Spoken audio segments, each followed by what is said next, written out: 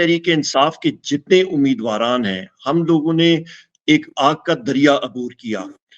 कागज छीने गए, सेकेंडर्स प्रपोजल्स को उठाया गया, घरों पे रोड रेड्स किए गए, लोगों को अरेस्ट किया गया, लोगों को अदालतों के अंदर महसूल किया गया। आप ये देखें कि जरताज गुल बीबी को बार रूम के अंदर पनाह दी गई और मैं खराज तहसीन पेश करता हूँ हमारे chief justice Peshawar high court को कि वो आए और उन्होंने एक किस्म का उनको बाजियाब कराया क्योंकि बाहर पुलिस थी। अ, खुद मुझे मुख्तलिफ जगहों से इसी तरह निकलना पड़ा। हमारे बेतहाशा साथी हैं, उन्होंने एक किस्म का आग का दरिया अबूर किया है, पर फिर भी हम लोग ये सब क्यों कर रहे हैं? उसकी वजह यह है ख़वातीन हज़रात कि हम लोग चाहते हैं कि पाकिस्तान में तहरीक इंसाफ ये नाम इमरान खान साहब ने क्यों रखा? क्योंकि रियासत मदीना की बुनियाद ही एक आइन और कानून पे होती है, एक दस्तूर पे होती है। वो दस्तूर क्या है कि अमीर और गरीब के दरमियान कोई किसी किस्म का तफरका नहीं होना चाहिए, अदलो इंसाफ होना चाहिए। जब अदलो इंसाफ होता है एक कौम में, एक मुल्क में, तो वहां पे आपकी सरमायाकारी होती है, वहां पे कारोबार की रेल पेल होती है, वहां पे मौके बढ़ते हैं। जो अभी आपको वीडियो दिखाई गई थी कि पाकिस्तान 6% की ग्रोथ रेट से बढ़ रहा था, तो अचानक ये vote of no confidence Tehreek Insaf की हुकूमत और इमरान खान साहब के खिलाफ हुई और ये एक साजिश थी, मिली भुगत साजिश थी पाकिस्तान के खिलाफ। और वो 6% से ग्रोथ रेट नीचे आके सिफर अशारिया मनफी अशारिया 3% पे आ गई। अदाफ को का हेर फेर किया गया, उसके बावजूद भी वो उसको सस्टेन नहीं कर सके। तो ये तब भी हुआ कि इमरान खान साहब के टाइम पे, पाकिस्तान तहरीक इंसाफ के टाइम पे अदल का निज़ाम बेहतर तरीके से जा रहा था, मुल्क में सरमायाकारी हो रही थी, लॉ एंड ऑर्डर था। तो अभी वो चीजें क्यों नहीं हो रही? क्योंकि लोग देख रहे हैं कि ज्यादती हो रही है, लोगों का सरमाया सेफ नहीं है, लोग मुल्क छोड़ के भाग रहे हैं। नौजवान का पाकिस्तान के बदकिस्मती के साथ सिस्टम पे किसी किस्म का भरोसा नहीं है, वो मुल्क बाहर छोड़ के बाहर मौके ढूंढ रहे हैं।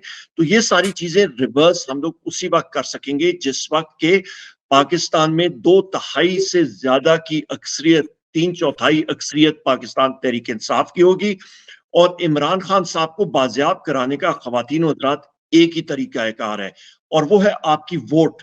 आपकी वोट, और वोट आपने देना है पाकिस्तान तहरीक इंसाफ को, भले को।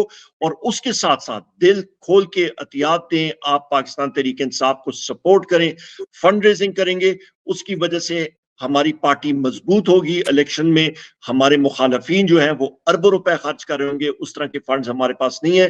तो आपकी शिद्दत से जरूरत है।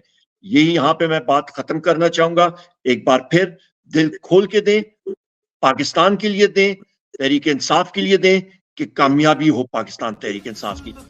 देखिए जी, मई 9 को तो इमरान खान साहब जेर हिरासत थे, तो उनके ऊपर भी पर्चे हुए। हमारे जितनी भी लीडरशिप के लोग हैं सारों पे पर्चे हुए हैं। मुझ पे तकरीबन इस वक्त 86 केसेस से ज्यादा हैं। मेरा ख्याल है 26 FIRs हैं। और मुझे वहां पे हर एक शहर में, मेरा ख्याल है कोई सुपरमैन भी होता तो बैक वक्त इतनी जगहों में हम सारे लीडरशिप के लोग जिनको उन पर्चों में, जिम्नियों में डाला गया है, और वो पॉसिबल ही नहीं है, वर्ल्ड रिकॉर्ड बनाया गया ना, तो वो बेढोंगे से पर्चे उन्होंने लगाए हुए हैं। नंबर एक। दूसरी बात, अहम बात है कि पीटीआई का मौकफ क्या है। हम कहते हैं भाई आप कमीशन बनाएं, देखें जो कसूरवार है उसको सामने लाएं। यहाँ पे तो हमारे लोग शहीद हुए हैं, हमारे लोग इंजर हुए हैं, और उसको भी सामने रखें। सो लिहाजा ये सारी की सारी चीजें जो है ये सामने आनी चाहिए। जहां तक कंडेमनेशन है, तो इमरान खान साहब ने खुद कहा है कि उन्होंने इसको कंडेम किया, नहीं होना चाहिए था। पर मसला ये है कि वो पुलिस फोर्स, वो लोग कहाँ थे जिन्हें रोकना था?